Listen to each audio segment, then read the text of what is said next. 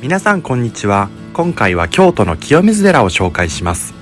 3連休で関西に遊びに来まして、1日目は京都、2日目は大阪の USJ に行きます。この動画は1日目の京都編として、昼から京都に入り、清水寺周辺でランチ、食べ歩き、カフェに行き、河原町周辺でディナー、ホテル宿泊となります。今回紹介する飲食店やホテルは全て雑誌に取り上げられている人気店で、かつ僕たちは京都の大学出身でして、その知識も存分に共有していきますので、見て楽しみつつ実際に行く際の参考にしてください。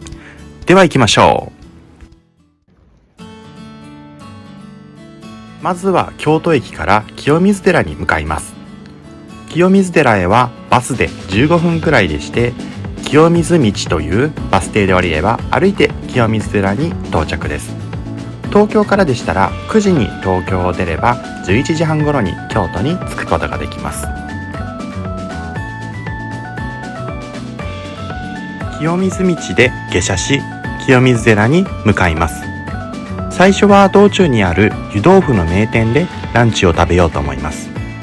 他には久子の親子丼や鷲尾町ホタルの季節のお重がこの付近のランチとしては有名です。石畳の道や建物から和の雰囲気を感じることができ、趣がありますね。着物を着ている人も多く、付近に着物レンタルのお店もたくさんあるので、女性やカップルで行く方は着物を着て散策してみてもいいかもしれませんね。ここがランチを食べる総本家湯豆腐奥丹清水です。メニューはこの2種類のみで3000円か4000円のコースでして、豆腐が木綿か絹ごしかの違いで、その他は全て同じとなっています。ここは創業から380年以上の老舗で、厳選した国産大豆を使った昔ながらの製法で湯豆腐を楽しむことができます。豆腐の田楽に湯豆腐、天ぷらやご飯、とろろもあり、とても美味しかったです。ちなみに入るまでの待ち時間は15分ほどでした。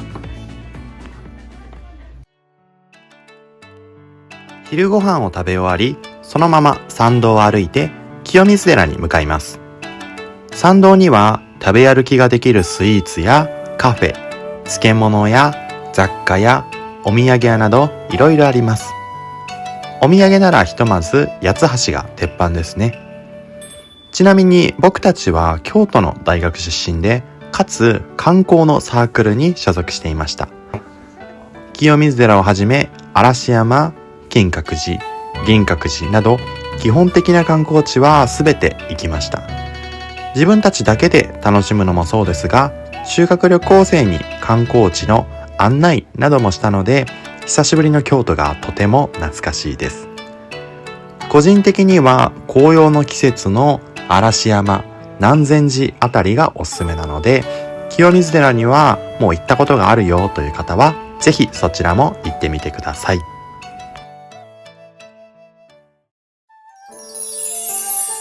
そうこうしていると清水寺に到着です。京都随一の人気を誇る大定番の観光エリアですね。バス停清水道から徒歩10分ほどになります。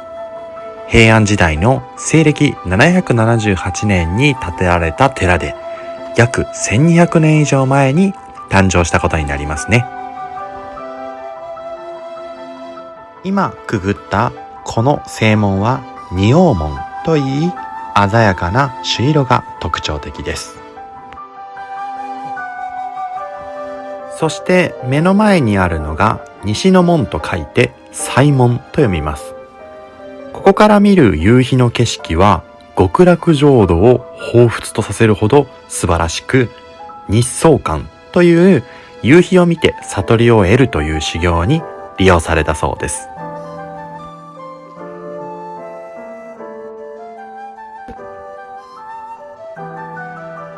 西門の奥には三重の塔があり、目の前にあるのが随具堂です。この随具堂には安産子育ての神様が祀られているそうです。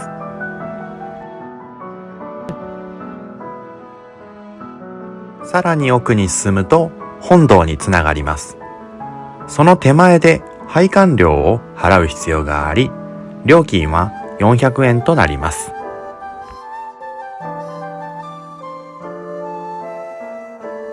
では拝観料を払って本堂に入っていきます。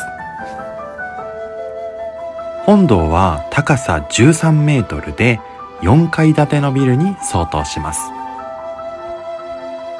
音羽山の断崖に立っており、これは掛造りと呼ばれる格子状に組まれた木材同士が支え合う日本古来の伝統工法で成り立っているそうです。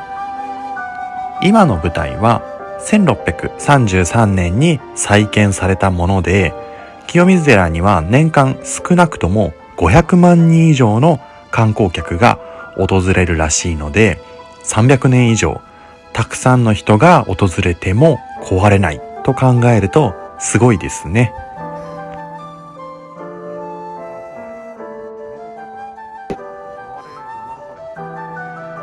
では参拝していきます。ここは神社ではないので、二礼二泊一礼ではなく、一礼してお賽銭し一泊するという流れになります。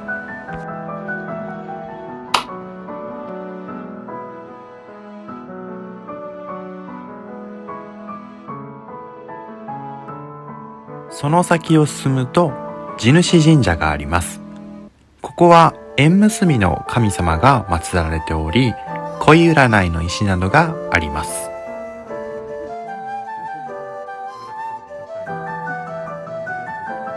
さらにそのまま進むと、このように本堂を横から見ることができます。絶景の写真スポットと言えますね。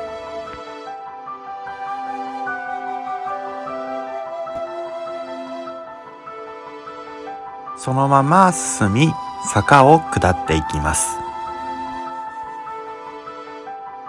ちなみに皆さん、清水寺といえば何をイメージしますか？僕はコナンの修学旅行編が思い浮かびます。珍しく新一と蘭の恋模様が描かれた話で面白いので、ぜひ見てみてください。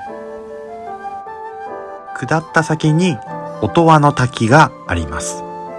この滝から流れる清水は清水寺という名前のルーツとされています。3本の清水のうち1本を飲むことで、学業、恋愛、延命長寿のうちどれか一つ願掛けができます。ちなみに欲張って飲みすぎると願いが一つも叶わなくなるとも言われていますので、ご注意ください。下から見てもすごいですね。これが先ほど説明した掛造りという伝統工法になります。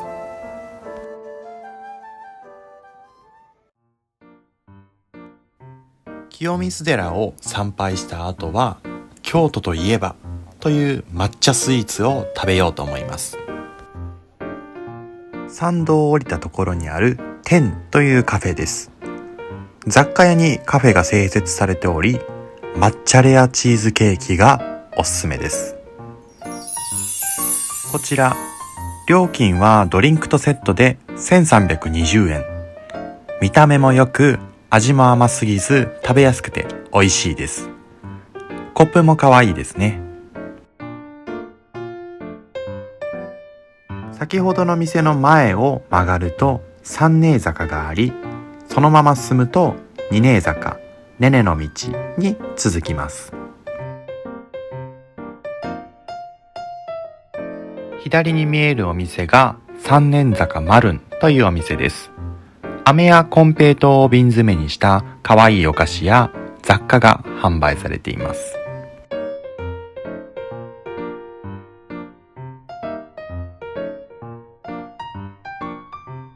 続いて左に見える団子という提灯があるお店が梅園です。一口サイズのみたらし団子が評判のお店です。こからが二寧坂ですね。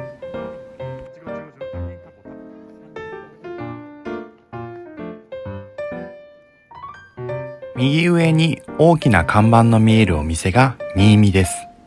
お香や練り香水、匂い袋、オイルなど様々な香り物を楽しめます。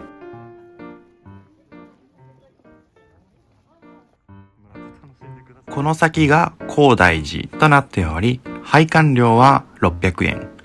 豊臣秀吉ゆかりの地で桃山文化の蒔絵や庭園を鑑賞することができます。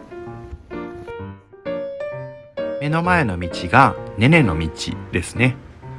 少し戻りながら河原町にある本日宿泊するホテルに歩いて向かっていきます。ちなみにこの道沿いに抹茶スイーツが楽しめる辻りのお店がありましたが、昨年閉店となってしまったようです。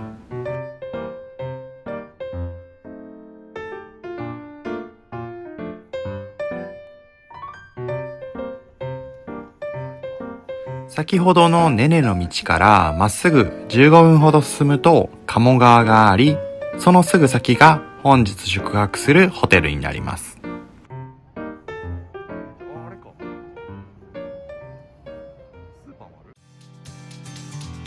ここが今日宿泊するホテル、グッドネイチャーホテルです。2019年12月にオープンした施設で、レストラン、マーケット、雑貨、ホテルが一体となっており、人にも自然にもいいものをというコンセプトのもと、環境や人の体に配慮した施設となっています。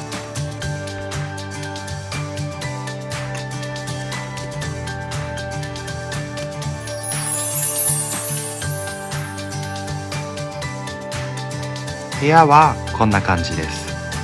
ツインの部屋で1泊約2万円なので、2人で泊まれば1人約1万円という料金です。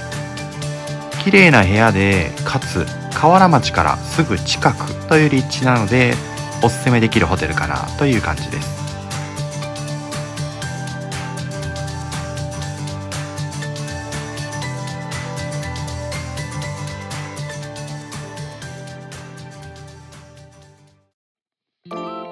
夜ご飯は河原町で食べますが、それまで少し時間があるので八坂神社に行こうと思います。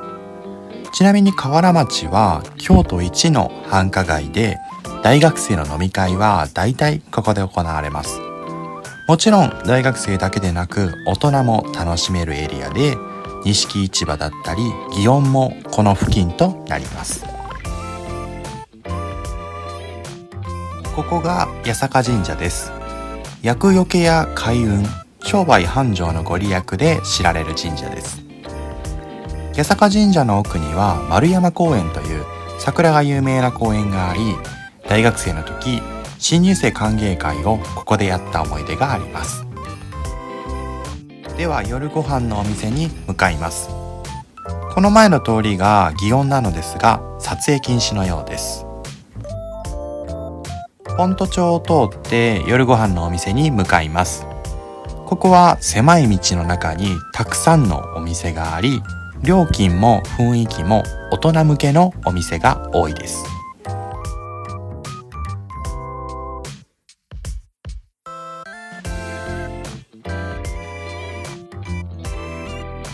先ほどの通りの隣の通りがこの木屋町通りです。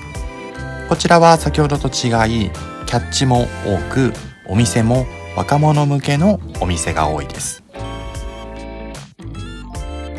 商店街を通って、その先にある奥戸藩というお店に来ました。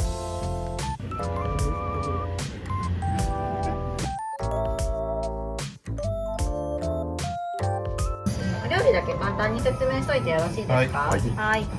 お作りの方が今日は乾物とマグロになります。でカニなんですよ。カニ新庄になりますね。はい。カニ身の周りにカニのすり身をさらにまとわしているものになります。はい。で自家製のごま豆腐と合鴨の低温ローストと、香水なしのコンポートを下に添えております。はい。このように京都の野菜を中心としたおばんざいのお店で、コースで飲み放題がついて5000円ほどでした。料理やお酒も美味しく楽しむことができました。